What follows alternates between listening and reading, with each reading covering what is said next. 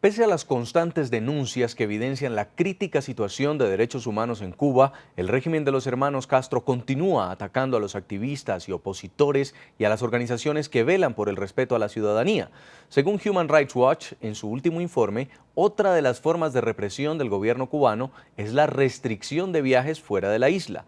El organismo asegura que pese a que la reforma facilita la salida del país, los obstáculos para los cubanos que deseen viajar persisten. Defensores de derechos humanos.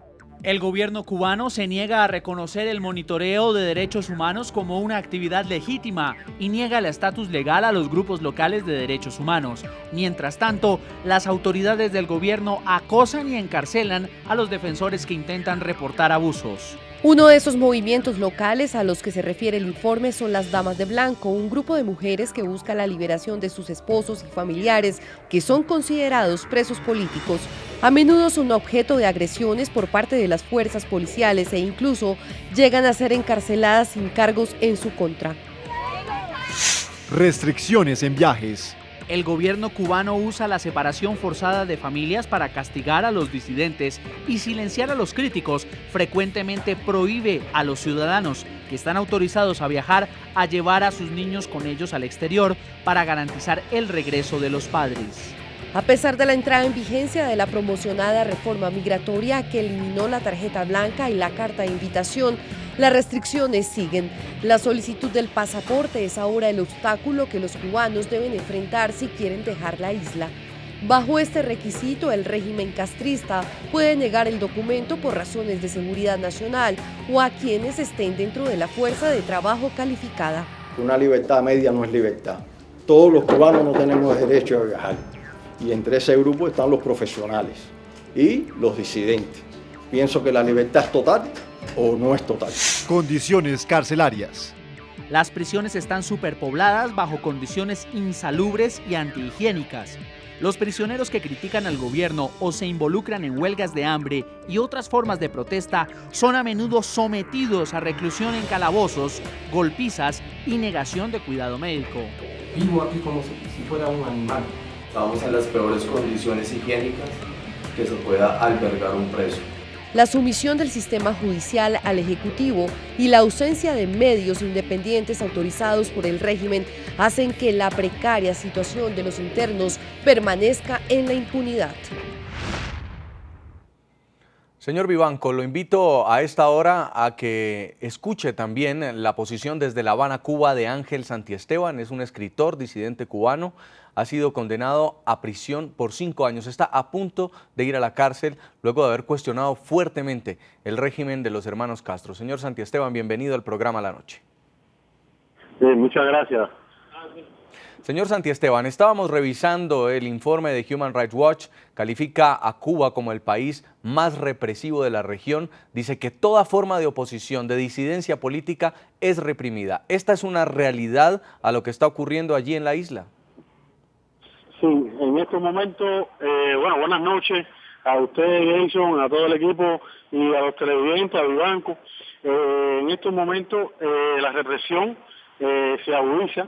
Yo sé que cada ciudadano de este país que tiene la posibilidad de decir y el miedo puede apartarlo de la realidad que le circunda y llega a decirlo, siempre parece que la forma de decir que sí, que nos están agudizando, nos cercan, nos quitan la legitimación constante.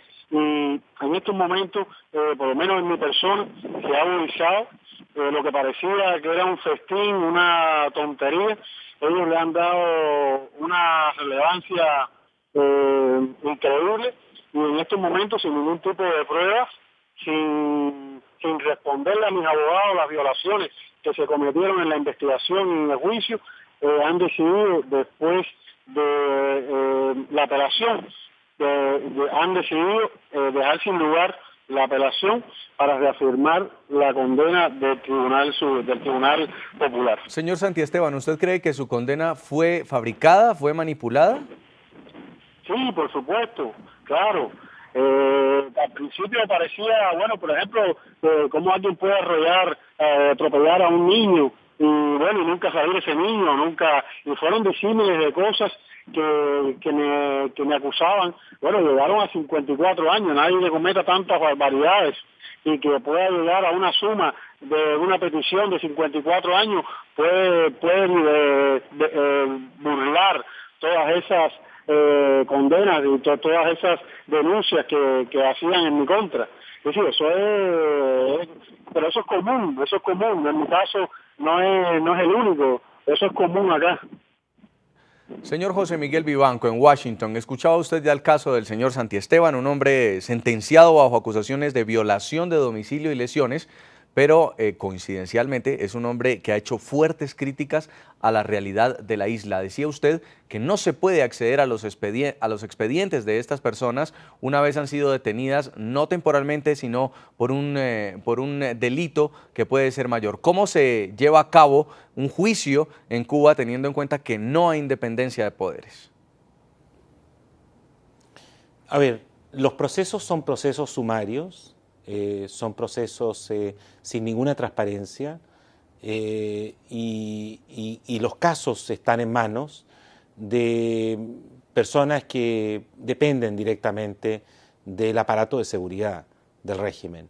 De tal modo que estos pseudo procesos penales son, lo cierto, un verdadero circo, donde están prefijadas las penas por los aparatos de seguridad. No tienen la más mínima credibilidad. Lo único que creo que hay que dejar constancia es que las penas que últimamente se imponen a los disidentes, aquellos que cruzan la línea y que se involucran o que emiten un comentario que pueda resultar molesto, que pueda irritar al gobierno cubano, esas personas reciben penas que hoy día fluctúan entre un año, 2 o hasta 5 años. En el pasado las penas eran muchísimo más extensas, pero en el último tiempo se han ido bajando las penas a un grupo que fluctúa entre 1 y 4 o 5 años. Sin embargo, la legislación está absolutamente intacta, en eso no ha habido ningún tipo de reformas, de tal modo que las reglas del juego no se han cambiado. Hay una reforma, como señalaba en el programa, la información que ustedes acaban de entregar, una reforma migratoria importante, pero el gobierno se reserva el derecho para darle la posibilidad de salir del país o no a aquellos que considera como disidentes o que ejercen algún tipo de tareas que para el gobierno le resulta inaceptable otorgarles el permiso de salida del país. Señor Vivanco, sobre esto quería preguntarle, vaguedad es el término que utilizan en Human Rights Watch para definir esta reforma migratoria, porque quienes están leyendo titulares de prensa donde dicen que Cuba está haciendo una apertura, que la reforma migratoria le acaba de entregar un pasaporte, por ejemplo, a la bloguera Joanny Sánchez, pueden pensar que estamos hablando de un cambio de lo que era una dictadura. Jason, creo que en esto efectivamente hay que reconocer que se ha producido un cambio importante. Los cubanos, a diferencia del resto de los ciudadanos en América Latina, no han podido viajar fuera de Cuba libremente. Han requerido durante todas estas décadas de un permiso especial, un permiso que se otorgaba discrecionalmente, arbitrariamente, por la autoridad. No podían ejercer su derecho a salir y a regresar a su país si lo estimaban necesario. Con esta reforma que se acaba de aprobar, se abren efectivamente las puertas para todos aquellos que quieran y que puedan comprar este derecho, pagar unos honorarios, unos cargos bastante elevados y conseguir un pasaporte y viajar fuera del país y eventualmente regresar también.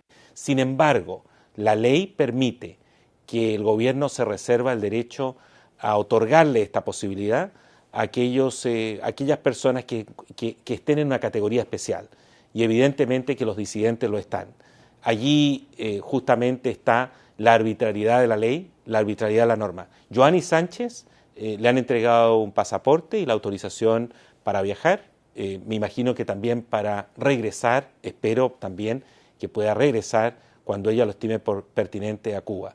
Es un caso muy importante, creo que es una victoria para los disidentes y para la misma Joanny Sánchez, que es una bloguera muy importante, muy conocida, que pueda viajar. Entiendo que está viajando en las próximas horas o próximos días a Brasil. Sin embargo, esto no es suficiente como para nombrar en la presidencia pro tempore de un organismo como la CELAC a Raúl Castro. Y se lo pregunto porque los principios de la CELAC señalan el respeto a los derechos humanos, la promoción de las libertades básicas de los individuos, y ahora está en la presidencia de este organismo un hombre que lleva 54 años en el poder junto a su hermano, Fidel Castro.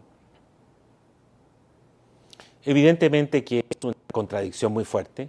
En esta región los gobiernos democráticos han ido autoimponiéndose prerequisitos para poder participar activamente en estos foros, en estas instancias políticas, y esos prerequisitos suponen respeto por la democracia, las libertades públicas, los derechos humanos. La experiencia vivida en América Latina es muy dura, y justamente por eso es que se ha revalorizado la democracia y los derechos humanos. Sin embargo, al elegir a Raúl Castro como el presidente de esta nueva Asociación de Estados Latinoamericanos, creo que se abandonan evidentemente estos principios y es un grave error porque en los hechos se legitima un régimen totalitario que viola los derechos fundamentales en términos sistemáticos y como parte de una política oficial, y no ofrece ningún estímulo, ningún incentivo para permitir la transición de este régimen a una apertura democrática. Señor Vivanco, sabemos que ya tiene que irse, pero queremos antes darle paso en La Habana, Cuba, al señor Ángel Santiesteban, para que usted le haga un llamado a la comunidad internacional y aproveche que también lo está escuchando el director de Human Rights Watch sobre su situación. Usted ya va a ingresar a la cárcel, donde muchos cubanos disidentes han quedado prácticamente en el olvido. ¿Qué le dice usted en este momento a la comunidad de América Latina? En estos momentos, el lunes, precisamente, me van a citar, según me dijeron, para que ingrese en una cárcel determinada, no me han dicho cuál es. Solo decirle que allí hay otros presos, que están otros disidentes, otros opositores, que también están esperando por la ayuda internacional. Yo me voy a sumar a un grupo de ellos que están allí. Seguramente, desgraciadamente, después tendrán que venir otros. Pedirles a la comunidad internacional, a los funcionarios, a la jerarquía de los derechos humanos internacional, que por favor pongan la mano y sus ojos, su corazón sobre esta isla para ver si ya terminamos de tanto sufrimiento, de tantas lágrimas, tanta separación de familias. Ya es hora ya de que esto termine, de que le digan a Raúl Castro y a su hermano que deben detener, que deben abandonar su presidencia temporalmente eterna y darle paso a la democracia, que es lo que perseguimos nosotros. Sí. He sido sancionado sin ningún tipo de prueba, he sido vilipendiado en un juicio, en una... Señor Vivanco, queremos que brevemente usted le conteste al señor Santiesteban. ¿Hay alguna esperanza para estos llamados presos políticos y en medio también de un cómplice silencio de la comunidad internacional?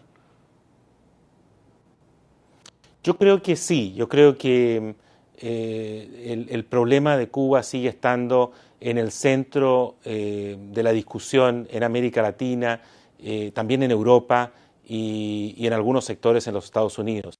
Yo creo que lo que hace falta es que la comunidad internacional se ponga de acuerdo. Lamentablemente está profundamente dividida porque los Estados Unidos han insistido con una política de aislamiento, de embargo hacia Cuba, que no es compartida por el resto del mundo. Creo que es una política errada también. Creo que también la administración del presidente Obama podría buscar algunos acuerdos a nivel internacional con las democracias latinoamericanas y europeas para incentivar un cambio, un progreso en la situación de derechos humanos en Cuba, pero eso creo que exige una revisión a fondo de la política de los Estados Unidos hacia la isla.